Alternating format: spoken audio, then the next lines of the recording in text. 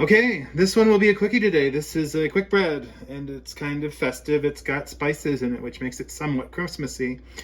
And what we call it is Opas Lieblingsbrot, but it's not my Opa. I didn't know my Opas. My one died before I was born. The other I only saw twice before he died, and he was kind of reticent. So this is some Opas Lieblingsbrot, but not my Opas Lieblingsbrot. So what we got here, 400 grams of all-purpose flour, 100 grams of brown sugar, 150 grams of honey. We've got five teaspoons of baking powder. We got a generous teaspoon of ginger, a generous teaspoon of cinnamon. We got 200 grams of milk, to which I'll probably add a little more because my experience with this recipe is that isn't quite enough, and an egg. And we just mush it all together. This is like one of those, it's not your typical, it's not really a dough, it's closer to a batter, and it'll get it to rise in the oven courtesy of the Backpulver here, the Levadura Chimica, the chemical leavener, miracle of the 19th century baking powder. All right, here we go. I'm going to get started. Once again, we start with the stand mixer. I stand here and I mix it. I'm going to put the dry / powdery things in first and kind of get them mixed up before I start putting the gooey stuff in, even though technically the brown sugar is gooey. And this is just another one of those, similar to the banana bread and a couple of the others that we've done. You just throw it all in there and go for it. So, but I like to make this, do this part first, so we can have a certain amount of integration among the dry ingredients. It's probably a fussy thing. It doesn't matter one whit, but there we go. Just get a little bit going. By the time you start throwing the other stuff in, you got to mix that in. All this other stuff's going to get mixed in too. So this is just a finesse thing, a fussy, anal retentive chef kind of thing. Okay, here we go. Now, as I reach for the other goodies here, we need some honey. All we can say at the end of the day was honey.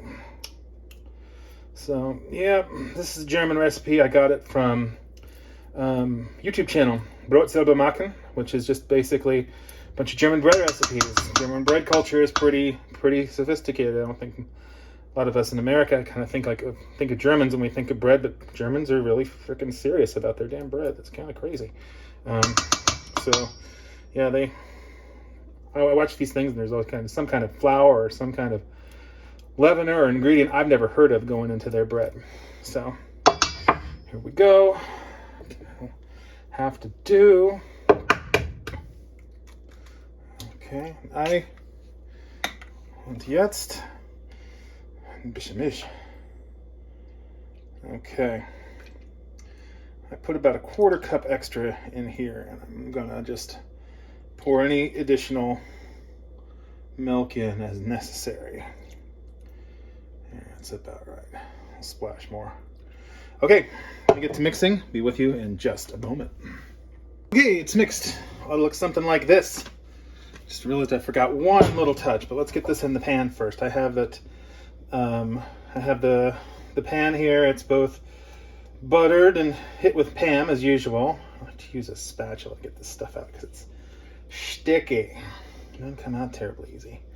It's not like dough. It comes out very neatly in a lump. This comes out in a little pouring mechanism right here. So here we go. There's only one other thing we need before this is all done. As you can see, similar to banana bread or something, it's like more like a gooey, yummy batter, more like a cake batter. And it is, it's very sweet, and it's, well, not very sweet, it's lightly sweet. It's definitely for dessert. And here we go. So while I get the last few scraps of this out and pull out our secret ingredient, I'm going to give you guys a break. There it is. What is the special secret ingredient, you may ask? Oatmeal. Haferflocken.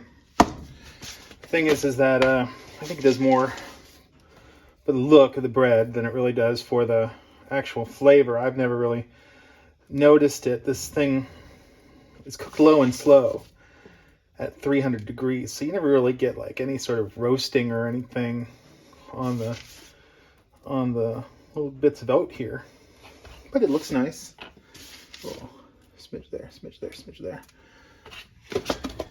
There we go. It's all pretty. So this oven is going to come up to heat very shortly, and after that, pop it in the oven. This is slow and low, 300 degrees Fahrenheit for 1 hour. All right. So the next time we'll be talking, it'll be at least an hour into the future. And there it is. Looks like there are little bits of brown sugar. I didn't quite get crushed up, but yeah, that's tasty. People like that. And you'll notice it more than doubled its size in the oven thanks to that miracle of chemistry. Baking powder. Better living through chemistry. So what we're going to do here, even though it's pretty hot right now, going to turn it out onto my cooling rack so you can see the whole thing here. Might be a two-hand process here. Here we go. And those little bits of oatmeal are decorative, but they're not terribly flavorful because they didn't get crunchy. But they look nice. And there you go. This is for the 4-week baking challenge for leukemia. We're not, again, this is against, we're raising money to fight leukemia, not give people leukemia. That's a different challenge, if it exists. And yeah, this is really nice for the holidays with the ginger and the cinnamon. You can add nutmeg to it. You can add dried fruit to it. I just make the basic model, and I will share the recipe from Brot selber machen YouTube channel, German bread channel. I make all kinds of bread there. And there we have it. Donate to my fundraiser. Help fight leukemia. Take care.